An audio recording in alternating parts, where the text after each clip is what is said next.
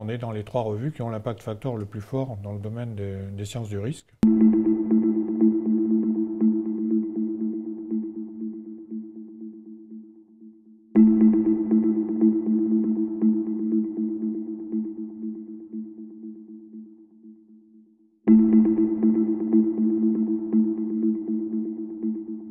Alors, Safety Science, c'est une des 3 principales revues dans le domaine de la gestion des risques et c'est la seule qui est vraiment spécialisée dans les aspects technologiques et dans les aspects de sciences humaines et de management.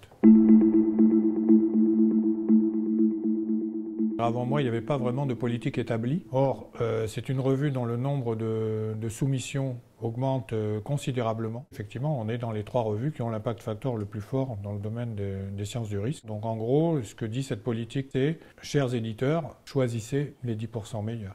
Dans le cas d'Elsevier, et c'est un peu ce qui se fait à l'école des mines, on a une politique de plus en plus de développement de ce qu'on appelle les working papers. Vous pouvez publier dans un journal un article et en même temps l'avoir sous forme de working papers accessible à tout le monde. C'est ce qu'on fait au CRC, c'est ce qui se fait à CGS, c'est ce qui se fait dans les autres centres. Et je pense que ça, c'est la direction qu'a pris l'école et je pense que c'est la bonne direction.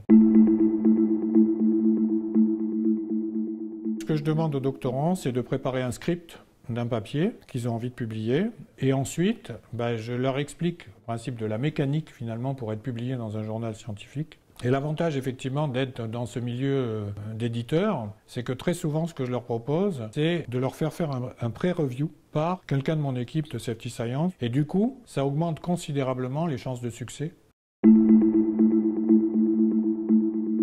J'ai déjà fait il y a quelques années un séminaire et j'en refais un justement dans le cadre de Safety Science cet été au mois de juillet à l'école des mines, dans lequel j'ai demandé à chacun des éditeurs associés de venir avec un doctorant ou un postdoc. L'objectif, c'est que chacun prépare un papier scientifique avec un doctorant.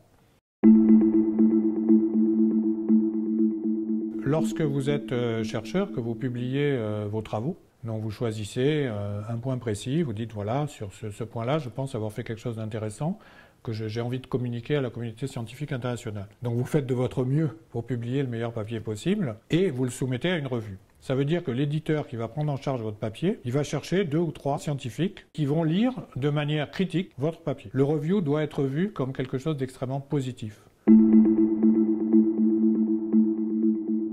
Je dirais aux étudiants, demandez à votre directeur de thèse de pouvoir reviewer des articles dans les revues de votre domaine. Vous progresserez énormément et ça vous aidera beaucoup à publier. Et pour mes éminents collègues d'âge mûr, comme moi, si on vous propose d'être éditeur en chef ou d'être éditeur dans une revue, acceptez. Vous dépenserez de l'énergie, mais vous apprendrez beaucoup.